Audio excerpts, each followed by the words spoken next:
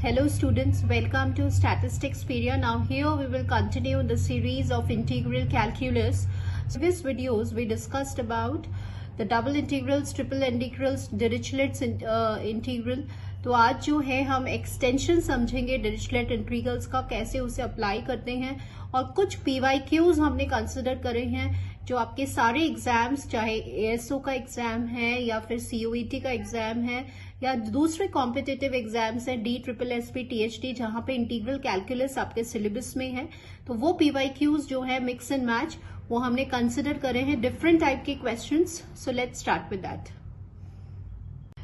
So the area of the region which is bounded by the curves. अब आपको यहाँ पे कर्व्स दिया हुआ है, क्वेश्चन में दिया हुआ है पॉजिटिव क्वाड्रेंट. पॉजिटिव क्वाड्रेंट मतलब पॉजिटिव होगा, और अभी आपको यहाँ पे एरिया इंटीग्रल की वैल्यू निकालनी है. तो ये सारे ही क्वेश्चंस जो हैं वो आपके प्रीवियसली किसी ना किसी एग्जाम में आए हुए हैं. तो लेट्स डू दैट. नाउ सबसे पहले यू नो दैट कि इफ इट इज एरिया तो डबल इंटीग्रल्स होगा, अगर वॉल्यूम है तो ट्रिपल इंटीग्रल्स होगा. तो सबसे पहले क्वेश्चन में X square plus Y square equals to A square है, जो है आपके एक सर्कल की इक्वेशन होती है जिसका सेंटर 0,0 है और रेडियस आपका ए है. तो यहाँ पे आप सर्कल बना दीजिए.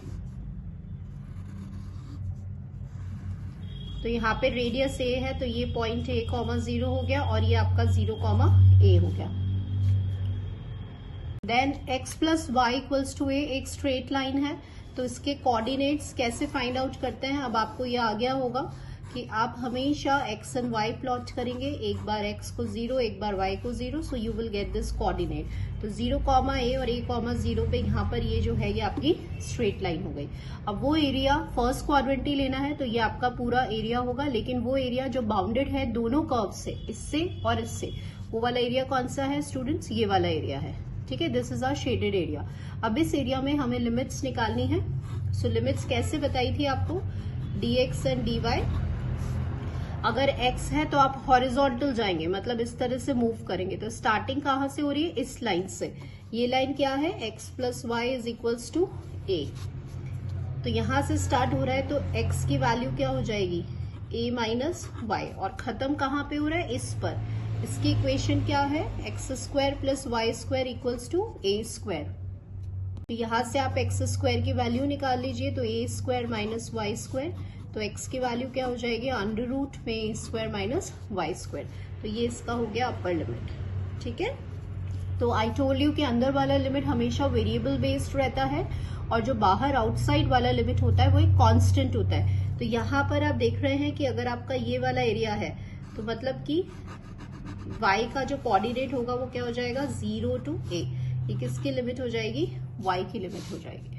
ठीक है, तो this is how we go. तो यहाँ पर आप चेक करें कि a minus sec this 0 to a dx dy. Option में देख रहे हैं कि यहाँ पर पूरा अंदर x है. ठीक है, अंदर वाला जो वैल्यू है, देखिए ये तो पॉसिबल होगा नहीं. ठीक है, क्योंकि यहाँ पर आउटसाइड वाली लिमिट जो है वो वेरिएबल बेस्ड नहीं हो सकती, तो ये पॉसिबल नहीं है, नन ऑप्शन. तो इनमें से यहाँ पे आप देख रहे हैं कि ये जो इनसाइड वाला लिमिट है वो x है, मतलब ये किसकी लिमिट हमें फाइंड करनी है, y की लिमिट फाइंड करनी है. तो अगर आपको सबसे पहले किसके रेस्पेक्ट में करना है, y के रेस्पेक्ट में, तो y मतलब वर्टिकल, तो ऐसे जाएगा. तो वही बात है, बस आपको ये लाइन लेनी है. तो y की वैल्यू a माइनस एक्स हो गई, और यहाँ से y की वैल्यू निकालेंगे तो a square minus x square, और ये हो जाएगा 0 to a. तो ये dy dx हो गया आपका. ठीक है, तो एक ही बात है, बस यहाँ पे हमने इसको एक्सप्रेस किया था, यहाँ से हमने x की वैल्यू निकाली थी, तो ये पूरा एक्सप्रेस हो गया था y की टर्म्स में. क्वेश्चन में जो है सबसे पहले y के रेस्पेक्ट में इंटीग्रेट करना है, तो आपने इसी इक्वेशन से y की वैल्यू निकाल ली. तो यहाँ पे y की वैल्यू a माइनस एक्स हो गई, ऐसे ही y की वैल्यू अपर लिमिट ये हो जाएगी. लास्ट वाला लिमिट 0 to a रहेगा, dy dx. तो this is the answer. a minus x क्या है, ये तो गलत हो जाएगा, a minus x A square dy dx. That is the answer for this question. The value of the double integral. अब आपको यहाँ पे वैल्यू, तो सबसे पहले आप क्या करिए, आप इसको जो है वो प्लॉट कर लीजिए. अब यहाँ पर देखिए ये वाला जो लिमिट होगा, let me right it over here. जैसे ये x और π/2 है, तो यहाँ पर x है तो ऑब्वियसली किसकी लिमिट होगी, y की, और ये वाली किसकी लिमिट होगी, x की. तो सबसे पहले आप देख लीजिए कि क्या is it possible for you to integrate with respect to y. तो क्योंकि ये अपॉन में y आ गया तो इसको इंटीग्रेट करना इजी नहीं है। अगर स्टूडेंट्स यहाँ पर ये y साइन y होता तो हम यहाँ पे आईलेट लगा देते, बाई पार्ट्स जो हैं इसको इंटीग्रेट कर देते। तो इसका मतलब जब भी कोई भी एक्सप्रेशन या कोई भी इंटीग्रल आपसे इंटीग्रेट नहीं हो रहा है तो आप इस इंटीग्रल का ऑर्डर चेंज कर दीजिए, राइट। सो हम इसको dx dy करेंगे, dy dx है तो हम इसका change the order of the integration. So सबसे पहले हम प्लॉटिंग करेंगे। प्लॉटिंग में y is equals to x line है तो ये आपकी लाइन हो गई, straight line passes from origin. y equals to pi by 2 यहाँ पे कहीं पे बना दीजिए, तो ये वाला जो पॉइंट होगा वो पाई बाई 2 पाई बाई 2 हो जाएगा बस, और x पाई बाई 2 ये वाली लाइन आपकी हो गई, x is equals to pi by 2। तो y इक्वल्स टू x से बड़ा है मतलब ये वाला, तो ये वाला आपका जो है वो शेडेड एरिया हो गया। अब जब आप स्टूडेंट्स इंटीग्रेट करेंगे आपने ऑर्डर चेंज करना है dx dy। सबसे पहले आप x के रेस्पेक्ट में करेंगे और फिर बाद में y की। तो y की तो लिमिट आपको समझ में आ रही है, 0 से पाई बाई 2 हो जाएगी।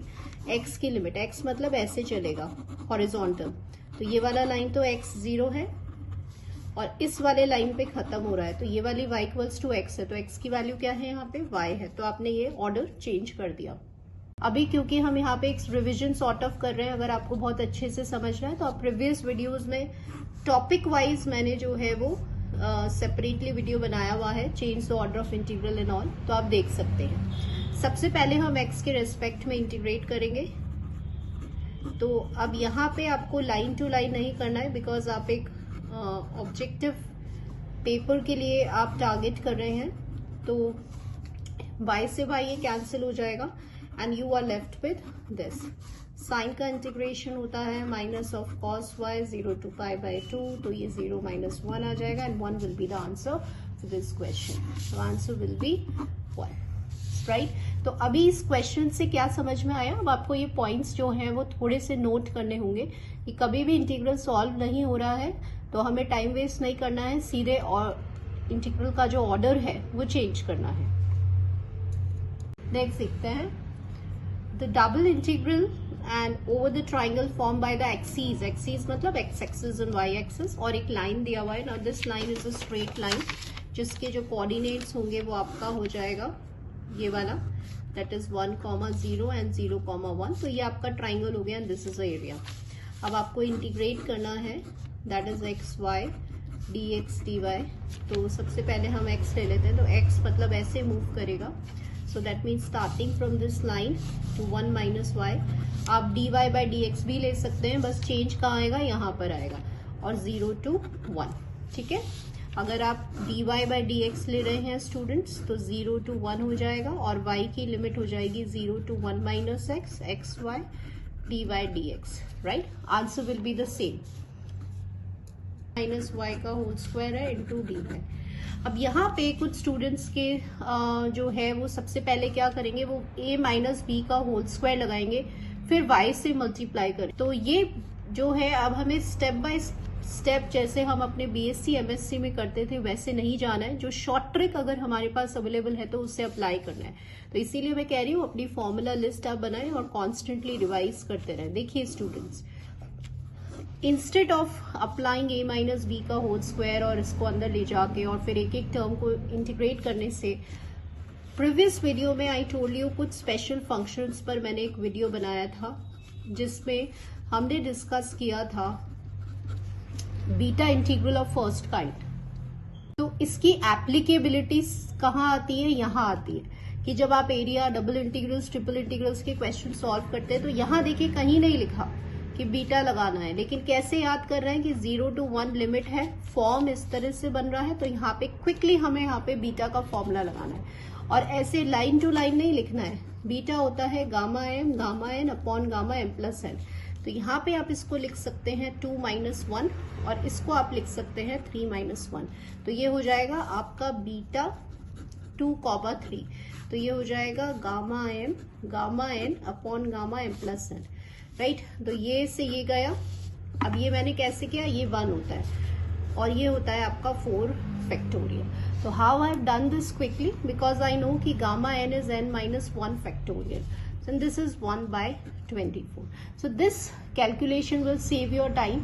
तो special functions होते ही इसीलिए हैं कि आप कहीं पे भी इसकी जो applicability है वो यूज में आ जाती है. So answer for this question will be 1/24. Next question देखिए स्टूडेंट्स, यहाँ पर आपको इंटीग्रल दिया हुआ है. It is transform to this. तो यहाँ पे ये आपका कार्टेशियन फॉर्म है. कार्टेशियन मतलब एक्स एंड वाई में एक्सप्रेस्ड है और आपको पोलर कोऑर्डिनेट्स मतलब आर और थीटा में एक्सप्रेस करना है और आपको यहाँ पे इंटीग्रल दिया हुआ है. समटाइम्स अपने इजी क्वेश्चंस भी आपसे पूछ लिए जाते हैं. तो देखिएगा कि x होता है आपका आर कॉस थीटा, y होता है आपका आर साइन थीटा, तो x square plus Y square होता है आपका r square, right. And if I found tan theta तो वो होता है आपका y बाय एक्स एब्सोल्यूट में. ये हमें पता है. तो अभी जो है जब आप पोलर कोऑर्डिनेट्स में डालेंगे तो x square plus Y square आपका हो जाएगा आर स्क्वायर और dx dy जब आप इसको वो करेंगे डिफ्रेंशिएट करेंगे तो dx dy होता है r d r by d theta. ठीक है, हमेशा ध्यान रखिएगा dx dy होता है r d r by d theta. अब इसको सॉल्व वॉल्व कुछ नहीं करना है, सीधे याद करना है. अब यहाँ पे आता है आपका लिमिट्स, राइट. तो आप पहले तो ऑप्शन में देख लीजिए e minus r square, right. ये आपका मैच नहीं कर रहा है, ठीक है. तो e minus r square r d r by d theta, e minus r square r d r, इन दोनों ऑप्शन में से होगा. ये वाला ऑप्शन आपका जो है वो कैंसिल हो जाएगा. ठीक है, तो अभी हमें लिमिट्स डिसाइड करनी है. तो लिमिट्स जब आप डिसाइड करेंगे तो आर जो होता है वो आपका वो रेडियस होता है. लिमिट्स दिया हुआ है वो 0 to इन्फिनिटी दिया हुआ है. तो यहाँ पे जब आप एंगल रखेंगे tan इनवर्स क्या होता है y बाय एक्स.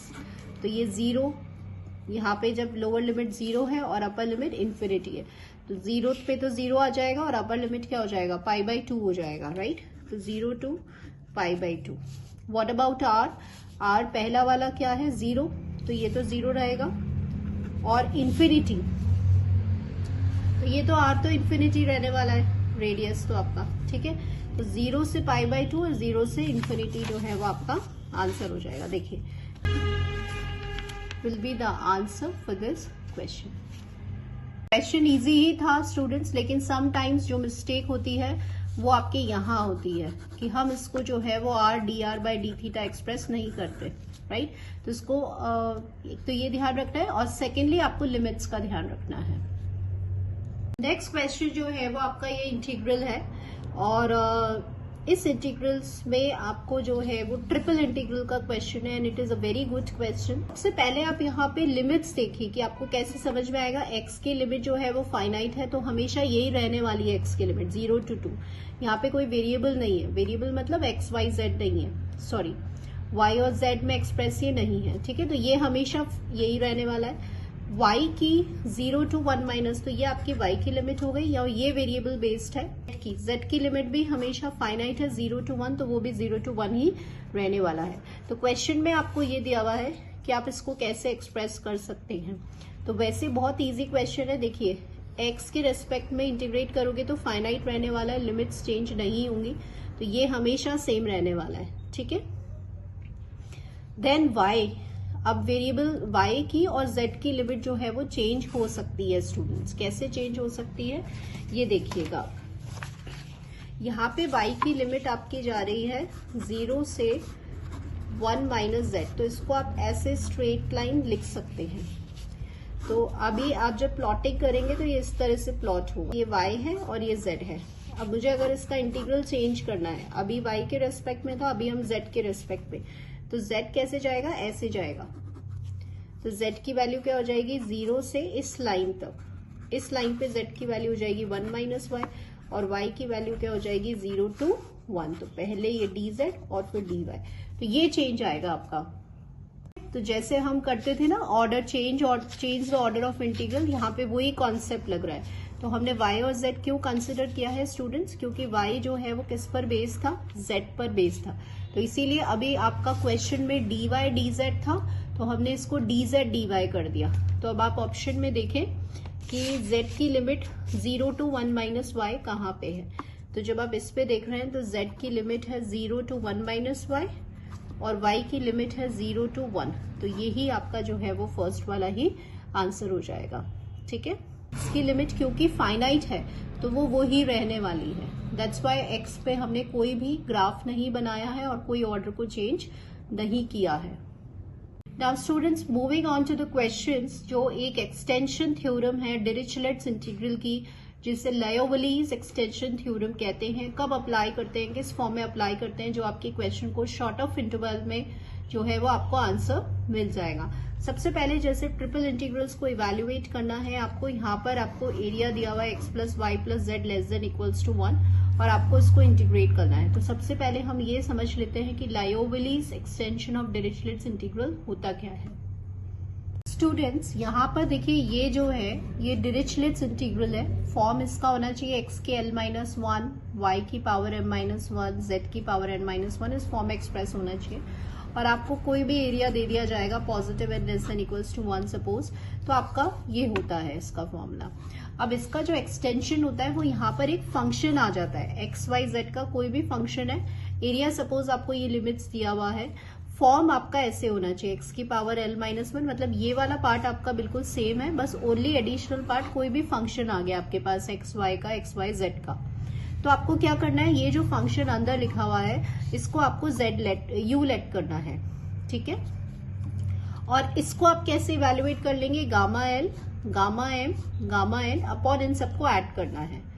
और जो भी क्वेश्चन में लिमिट दिया हुआ है, जैसे 0 to h है तो वो लिमिट आ गया। यहाँ पे f इसको आपने u लेट किया था और u को आपने लिख दिया l plus m plus n minus 1 into D. ठीक है, तो इसे हम कहते हैं लायोवलीज एक्सटेंशन ऑफ डिरिचलेट्स इंटीग्रल।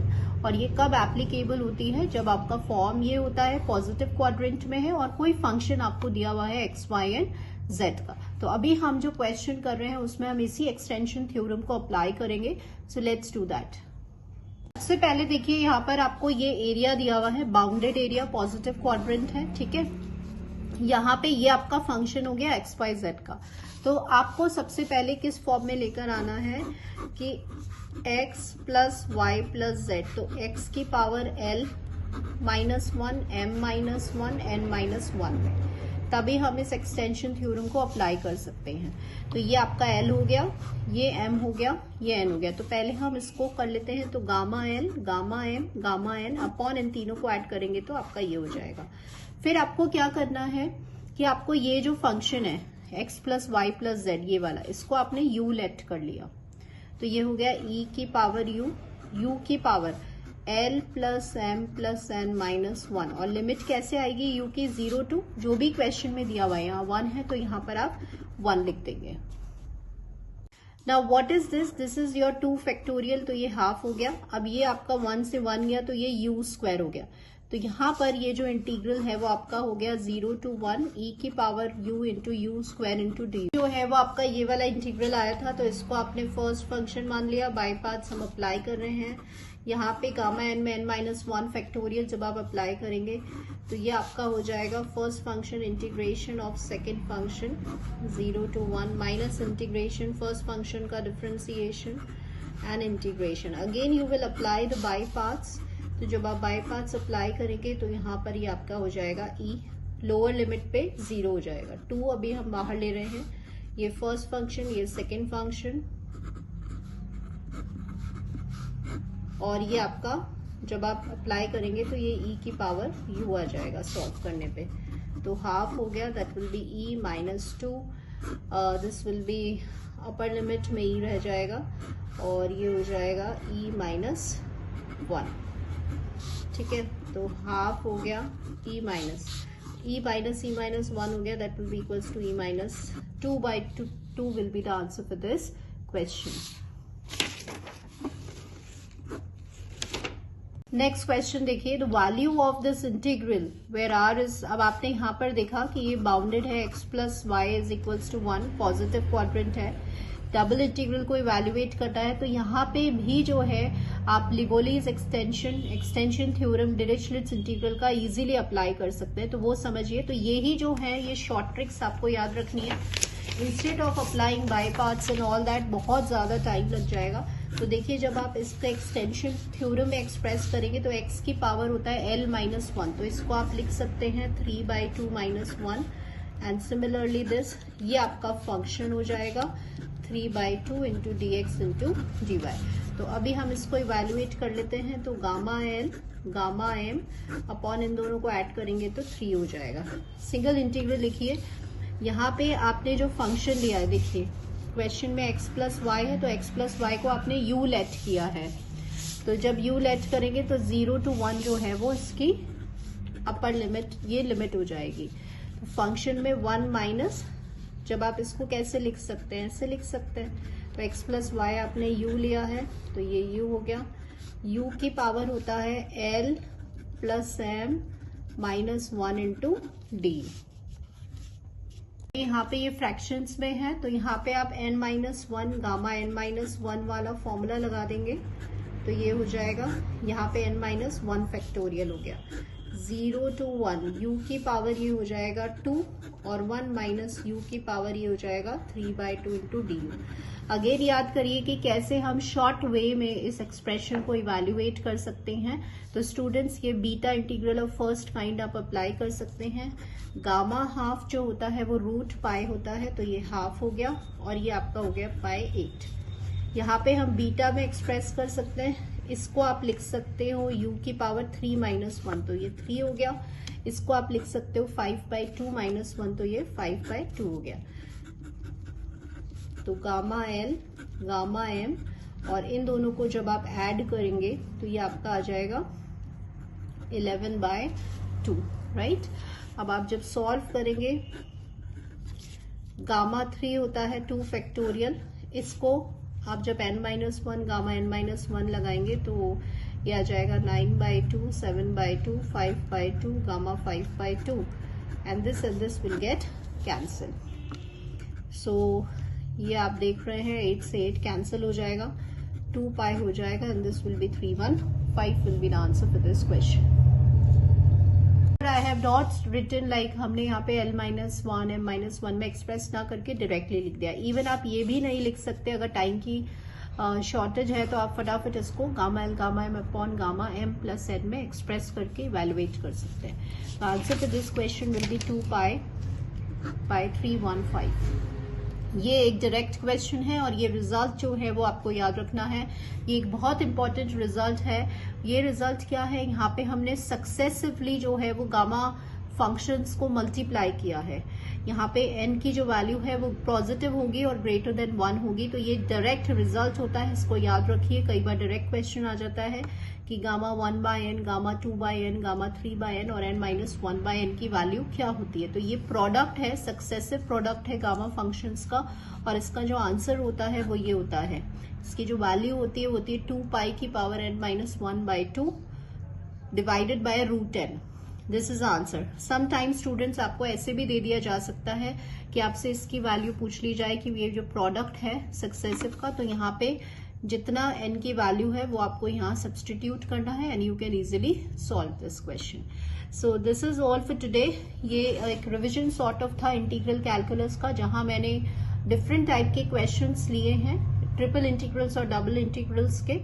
अब बेसिक लेवल से हमने एडवांस लेवल के क्वेश्चंस जो हैं वो फिनिश कर लिए हैं। So now hope this video will be useful for you. So stay connected to the channel and thank you students for watching this video.